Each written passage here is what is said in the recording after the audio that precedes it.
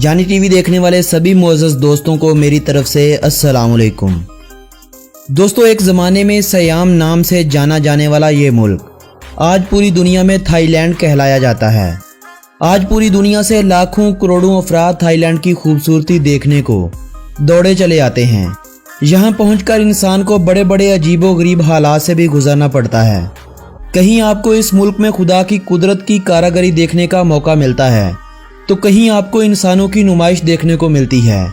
कहीं आपको वहाँ पर मस्जिदें बनी नजर आती हैं, तो कहीं आपको सड़कों के अतराफ पर नजर आता है बिकता जिस्म। ये थाईलैंड है, आज़ाद लोगों की सरजमीन। सिर्फ आज़ाद ख्याल लोगों की ही नहीं, बल्कि ये एक हकीकत है कि ये मुल्क तारीख में कभी किसी दूसरे मुल्क या कौम का गुलाम नहीं बना। एक ज़माना था जब इस मुल्क में खाने पीने तक की अशिया दूसरे ममालिक से इंपोर्ट की जाती थी, लेकिन आज ये एक सनती मुल्क बन चुका है। थाईलैंड और थाईलैंड से जुड़ी हुई तमाम मालूमात तक रसाई पाने के लिए हमारी इस वीडियो को मुकम्मल देखिएगा। और साथ ही साथ मैं अपने नए देखने वाले दोस्तों से गुजारिश भी करूंगा कि अगर आपने अभी तक हमारे इस YouTube चैनल जानी टीवी को सब्सक्राइब नहीं किया, तो जल्दी से इस चैनल को सब्सक्राइब कर लीजिए और साथ मौजूद घंटी के बटन को भी दबा दीजिए, ताकि सैरो सियाहत और मालूमात पर मबनी कोई भी वीडियो आप दोस्तों से कहीं मिस ना हो जाए। दोस्तों, ये मुल्क थाईलैंड, जहां पर आबादी का बसाव लगभग 1200 कबले मसीह में हुआ था। फिर यहाँ के मुकामी सरदार सामने आए और वक्त गुजरने के साथ साथ यहाँ पर कायम सल्तनतों और रियासतों के महल्ले वकूअ में बेशुमार तब्दीलियां भी होती रहीं। 20वीं सदी में इस मुल्क पर फौजी हुकूमतें भी कायम हुई और बादशाहों का सिक्का भी यहाँ पर चलता रहा। अलगर्ज ये कि इस मुल्क पर दूसरे किसी मुल्क ने, जैसे बरतानिया, जापान, अमेरिका या स्पेन वगैरह ने कब्जा नहीं किया। पहली जंग अजीम में थाईलैंड ने जर्मनी और ऑस्ट्रिया के खिलाफ जंग का ऐलान किया था, जबकि जंग अजीम 2 में ये मुल्क गैर जानिबदार रहा। साथ के हमसाया ममालिक में चल रही खाना जंगी और जंगों से इस मुल्क की मईशत के साथ साथ इस मुल्क की हदूद में भी तब्दीलियां होती रहीं। आखिरी बार थाईलैंड की जो हदूदबंदी हुई, उसके मुताबिक थाईलैंड पूरी दुनिया में अपने रकबे के हवाले से 50वें नंबर पर शुमार किया गया था और इस मुल्क का मौजूदा रकबा 5,13,120 मरबा किलोमीटर है। आज आबादी के हवाले से इस मुल्क का शुमार दुनिया भर में 22वें नंबर पर किया जाता है। इस मुल्क की 2019 की रिपोर्ट्स के मुताबिक कुल आबादी 6,63,91,000 अफराद है। मुल्क का मुकम्मल नाम किंगडम ऑफ थाईलैंड है। मुल्क के शुमाल की जानब म्यांमार यानी बर्मा और लाओस जैसे ममालिक आते हैं।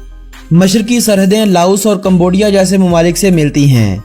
जनूबी सिमत मलेशिया और खलीज थाईलैंड ने अपने घेरे में ले रखी है, जबकि मगरबी सरहदें बुहेराए इंडमान यानी बुहेराए बर्मा से मिलती हैं। ये मुल्क वियतनाम से अपनी ज़मीनी हदूद तो साझी नहीं करता, मगर खलीज थाईलैंड के पार वियतनाम से इस मुल्क की समुद्री हदूद जरूर मिलती है। बैंकॉक इस मुल्क का सबसे बड़ा शहर है। बैंकॉक को ही इस मुल्क का दारुल हुकूमत होने का भी एजाज़ हासिल है। ये शहर अमीरों का शहर कहलाया जाता है। इस शहर में आबादी का बसाव 15वीं सदी में हुआ था। आज इस शहर का रकबा 1500 किलोमीटर तक फैल चुका है। आबादी 1 करोड़ के करीब पहुंच चुकी है। इन 1 करोड़ अफराद में से 64,000 अफराद करोड़पति हैं। इसीलिए तो कहा जाता है कि ये शहर मुस्कुराहटों का शहर है। ये शहर पैसे वालों का शहर है। यहाँ हर चीज बिकती है, बस कोई बोली लगाने वाला हो। पूरी दुनिया से लोग इस शहर में आते हैं और फिर इस शहर की रंगीनियों में तो जैसे खो ही जाते हैं। पूरी दुनिया में शायद कुछ ऐसे लोग भी हों जिन्हें इस मुल्क के नाम का पता ही ना हो, लेकिन मेरे ख्याल में ऐसा कोई नहीं होगा जिसे थाई मसाज का पता ना हो। थाईलैंड का ये शहर बैंकॉक थाई मसाज की बदौलत, सर्जरी की बदौलत आज पूरी दुनिया में मकबूल हो चुका है। इस मुल्क में कानूनी तौर पर कोई भी लड़का या लड़की 20 साल से पहले शादी नहीं कर सकते। मुल्क की कौमी और सरकारी जुबान थाई है। दूसरी ज्यादा इस्तेमाल होने वाली जुबान लाओ है। कामवांग, पाक थाई, खेmer और यावी दूसरी ज्यादा इस्तेमाल होने वाली जुबानें हैं। सरकारी सतह पर इस मुल्क में 62 जुबानें तस्लीम शुदा हैं। अंग्रेजी जुबान हर स्कूल और क्लास का लाजमी हिस्सा होती है। थाईलैंड की नौजवान नस्ल अंग्रेजी जुबान का अच्छी तरह से इस्तेमाल करना जानती है।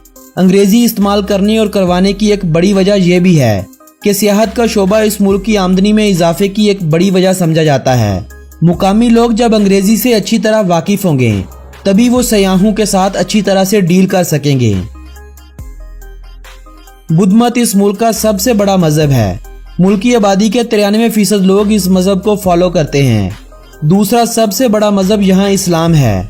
मुल्क की आबादी का तकरीबन 5% लोग मुसलमान हैं, जो लगभग 32,60,000 अफराद बनते हैं। 1.2% यहाँ मसीही लोग भी आबाद हैं। सिख, हिंदू और दीगर मज़ाहब के मानने वाले भी थोड़ी थोड़ी तादाद में यहाँ पर आबाद हैं। थाईलैंड में मुसलमानों के काफ़ी स्कूल भी कायम हैं, जिन्हें हुकूमत की तरफ से बाकायदा फंडिंग भी जारी होती है। बादशाह ने एक मुस्लिम मशीर भी रखा हुआ है, जो मुल्क में मुसलमानों के दरपेश मसाइल से बादशाह को आगाह रखता है। एक इस्लामी बैंक ऑफ थाईलैंड के नाम से इस मुल्क में कायम है, जो इस्लामी शराइत के मुताबिक कर्जे फराहम करता है। इस मुल्क में बाआसानी हलाल फूड मिल जाता है। स्टोर्स पर खाने पीने की काफ़ी अशिया के साथ हलाल का लेबल देखने को मिलता है। तालीम की शरह इस मुल्क में 93.5% है। प्राइमरी से यूनिवर्सिटियों तक तालीम सरकारी अदारों में मुफ्त भी हासिल की जाती है और प्राइवेट अदारों में भारी फीस देकर भी। सेहत का बहुत ही आला निज़ाम इस मुल्क में लागू है। इंसानों की औसतन उम्र इस मुल्क में 75 साल से कुछ जायद है। थाईलैंड की अगर मुआइशत की बात करें तो साल 1985 से साल 1996 तक थाईलैंड पूरी दुनिया में तेजी से तरक्की करने वाले मुमालिक में सबसे पहले नंबर पर था। आज भी साउथ ईस्ट एशिया में इंडोनेशिया के बाद थाईलैंड दूसरी बड़ी मईशत बन चुका है। पिछली 2 दहाइयों से मुसलसल इस मुल्क में नई नई इंडस्ट्रियां लगाई जा रही हैं। सैकड़ों नहीं बल्कि हजारों की तादाद में यहाँ पर नई सनतें कायम हो चुकी हैं। मुल्क की मईशत 1.390 ट्रिलियन $US तक पहुँच चुकी है। फीकस मजमूई आमदनी $20,000 से क्रॉस कर चुकी है। मुल्क की करेंसी को भाट कहा जाता है। इनका एक भाट 5.23 पाकिस्तानी रुपयों के बराबर जबकि 2.23 इंडियन रुपयों के बराबर समझा जाता है। +66 इस मुल्क का कंट्री कोड और .th इस मुल्क का कंट्री डोमेन नेम है। साउथ ईस्ट एशियाई मुमालिक में थाईलैंड दूसरा सबसे बड़ा ऑयल इंपोर्ट करने वाला जबकि गैस पैदा करने वाला सबसे बड़ा मुल्क है। अपने मुल्क में पैदा होने वाली बिजली का ये 75% हिस्सा कुदरती गैस से पैदा करते हैं। 20% बिजली की जरूरत को कोयले से तैयार करके पूरी किया जाता है, जबकि बाकी 5% बिजली की जरूरत को सोलर, वाइंड, हाइड्रो और बायोगैस की सूरत में पूरी किया जाता है। मुए थाई यानी थाई बॉक्सिंग इस मुल्क का कौमी खेल है। वॉलीबॉल इस मुल्क की सबसे मकबूल खेल है। फुटबॉल, स्नोकर, गोल्फ और बास्केटबॉल दूसरी मकबूल खेलें हैं जो इस मुल्क में ज्यादा खेली जाती हैं। यहाँ क्रिकेट के दीवाने और सरकारी टीम तो पाई जाती है, मगर इनके मुकाबले नेपाल, चाइना और मलेशिया जैसी टीमों के अलावा कभी किसी बड़े मुल्क की टीमों के साथ नहीं हुए। आज से 45 साल पहले तक इस मुल्क की 70% से ज्यादा आबादी का रोजगार ज़राअत से वाबस्ता था, लेकिन आज मुल्क की आबादी का सिर्फ 49% लोग इस शोबे से मुंसलिक हैं। चावल इस मुल्क में पैदा होने वाली सबसे बड़ी फसल है। पूरी दुनिया में चावल की एक्सपोर्ट में पिछले कई सालों से थाईलैंड का पहला नंबर था, लेकिन अब इंडिया और वियतनाम थाईलैंड को पीछे छोड़ चुके हैं। बैंकॉक, पताया और फोकेट इस मुल्क के सबसे मकबूल तरीन तफरीही मुकामात हैं, जहां पर गैर मुल्की सबसे ज्यादा आना पसंद करते हैं। 1 करोड़ की आबादी रखने वाला बैंकॉक इस मुल्क का सबसे बड़ा शहर, जबकि मुल्क का दूसरा सबसे बड़ा आबादी वाला शहर नोंथाबोरी है, जहां सिर्फ 2,50,000 अफराद रहाइश पजीर हैं। आज पूरी दुनिया में सफेद हाथी तकरीबन नापैद हो चुके हैं, मगर आज भी थाईलैंड में नायाब हाथियों की ये किस्म मौजूद है और यही सफेद हाथी थाईलैंड का कौमी जानवर होने का भी एजाज रखता है। आज दुनिया में तकरीबन 6,000 हाथी बच चुके हैं। दुनिया में पाए जाने वाले इन 6,000 हाथियों में 3,000 के करीब हाथी इसी मुल्क में पाए जाते हैं। सियामीज फायरबैक इस मुल्क का कौमी परिंदा है। मंगोस्टेन इस मुल्क का कौमी फल है। थाईलैंड के बारे में अगर दिलचस्प हक़ाइक़ की बात की जाए तो थाईलैंड में इस वक्त 35,000 से ज़ायद टेम्पल कायम हैं। इन मंदिरों की तादाद का अंदाज़ा आप इस बात से लगा सकते हैं कि अगर आप रोज़ाना का एक मंदिर घूमना शुरू कर दें और साल भर आप इस अमल को दोहराते रहें तो आपको थाईलैंड में बने तमाम मंदिर घूमते घूमते 95 साल लग जाएंगे और हो सकता है इतने सालों में शायद इससे भी ज्यादा मंदिर तामीर हो चुके हों। थाईलैंड में रहते हुए आप वहां के बादशाह के बारे में कुछ भी उल्टा सीधा नहीं बोल सकते, वगरना थाईलैंड के आर्टिकल 112 के तहत आपको 3 साल से 15 साल तक जेल भी हो सकती है। थाईलैंड कुल 1430 जज़ाइर से मिलकर बना हुआ एक मुल्क है। थाई मसाज की तरह थाई फूड भी पूरी दुनिया में बहुत पॉपुलर हो चुका है। चूंकि थाईलैंड के मशहूर खाने हिलाल नहीं होते, इसलिए इन खानों की मकबूलियत मुस्लिम ममालिक में बहुत ही कम है। एक हैरानकुन बात यह है कि अगर थाईलैंड का कोई बाशिंदा किसी दूसरे मुल्क में थाई फूड मुतारफ करवाने की गर्ज से रेस्टोरेंट खोल ले तो थाई हुकूमत की तरफ से उसे बाकायदा फंडिंग भी की जाती है। आज थाईलैंड की कुल आमदनी का 20% हिस्सा सयाहत के शोबे से इकट्ठा किया जा रहा है। साल 2018 की रिपोर्ट्स के मुताबिक 3,82,70,000 अफराद इस मुल्क में सयाहत की गर्ज से दाखिल हुए और इनमें से 2 करोड़ अफराद का ठिकाना बैंकॉक शहर रहा। यूं बैंकॉक आज तक दुनिया में सबसे ज्यादा विजिट किया जाने वाला शहर भी बन चुका है। हुकूमत सयाहत के शोबे में मजीद तब्दीलियां भी कर रही है और हुकूमत का मिशन 2030 में सयाहों की तादाद को 8 करोड़ तक लेकर जाने का है।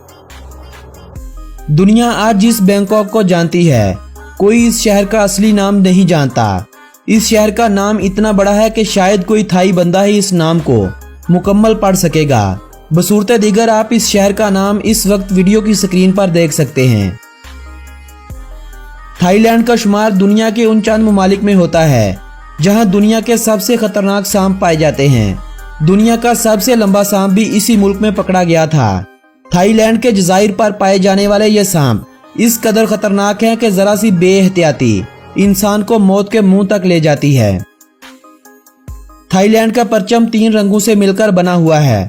परचम के ऊपरी तरफ और निचली तरफ 2 सुर्ख रंग की पट्टियां हैं।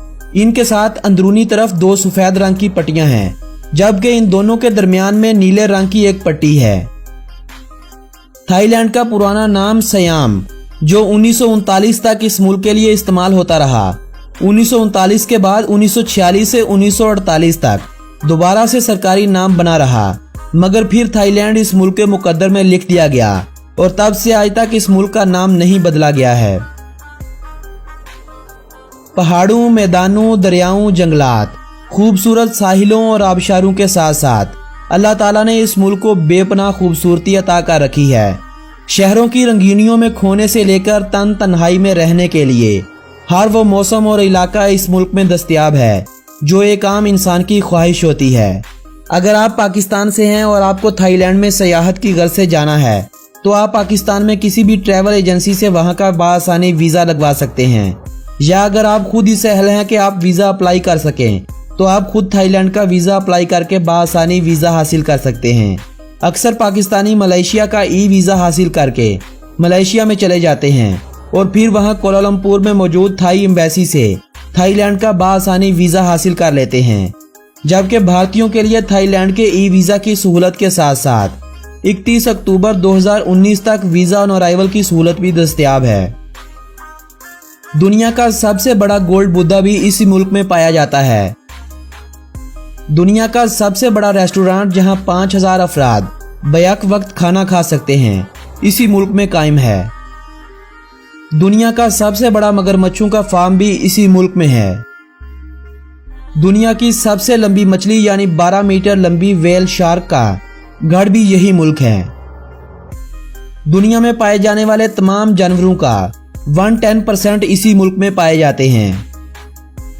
2004 में 30 फुट ऊंचे एक समुद्री तूफान ने थाईलैंड में तबाही मचा डाली थी। इस तूफान से थाईलैंड में 8000 अफराद मौत की वादी में चले गए थे। 1500 से ज्यादा थाई बच्चे अपने वालिदैन से बिछड़ गए थे और 1.5 लाख अफराद इस हादसे में बेघर भी हो गए थे। दुनिया में पाए जाने वाले तमाम परिंदों का 10% इसी मुल्क में पाया जाता है। थाईलैंड में 100 से ज्यादा सरकारी रेडियो स्टेशंस कायम हैं। थाईलैंड में थाई करेंसी पर पाउंड रखना एक जुर्म समझा जाता है, जिसकी एक बड़ी वजह थाई करेंसी पर बादशाह की फोटो होना है। बादशाह की शान में गुस्ताखी वहां एक बुरा फेल समझा जाता है। दोस्तों ये थी थाईलैंड के बारे में कुछ दिलचस्प हकाइक पर मबनी ये खूबसूरत और तफरीही वीडियो। अगर ये वीडियो आप लोगों की मालूमात में इजाफे की वजह बनी हो तो इस वीडियो को अपने अजीज़ो अहबाब के साथ व्हाट्सएप और फेसबुक वाल पर शेयर करते हुए अपनी पसंदीदगी का इजहार लाजमी कीजिएगा। मेरी हौसला अफजाई के लिए इस वीडियो को लाइक करना मत भूलिए।